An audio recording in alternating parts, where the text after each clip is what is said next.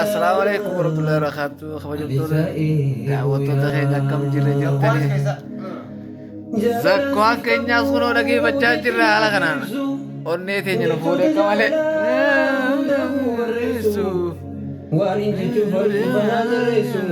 eebba teenya gaa eebba heedir keenyaa kunoo guyyaa muraasa booda akkuma agartan kana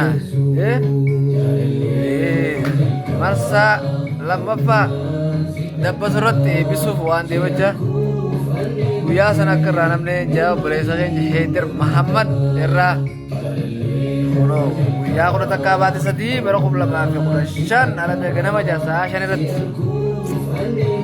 dhuftanii akka daawwattan kabajaa isin haja Heedir keenya guyyaa kana deemnee akka daawwannu kabajaan isin gaafanne jechumaaf irra kunoo manasaa haala kanaan akka shaa godhaa jira jechuudha. Betul ramai guyyaa ngam takka abete. Aye. Duraan dursee assalamualaikum. Aye betul ram. Gammachuu gaa eessa takka eebbisu daawwattoota keenyaa himi. Aye. Aye.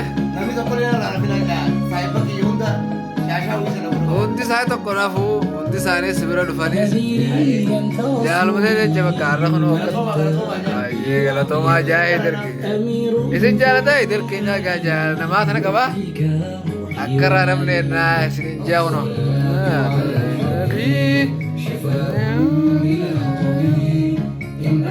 haala kanaan kunoo gaa guyyaa sareegaa jira achiin nu haaqu akka tokko irraa namni beesan gammachuu fi jaalaan isineenaa jennee jira kunoo mucaa keenyaas zabbaan kanaas jala seetee yuutuubiis akka jaalattan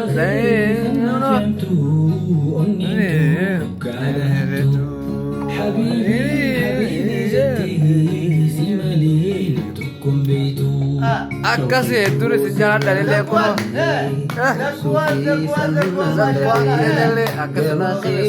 maluuf gabbee baroof iskuuflaan dabee ninturee odoon sin argin qawrii seelee faxiyaarin nintaatuma yaarraa jettee namuus waasti qalbii Share! Wow, wow, wow.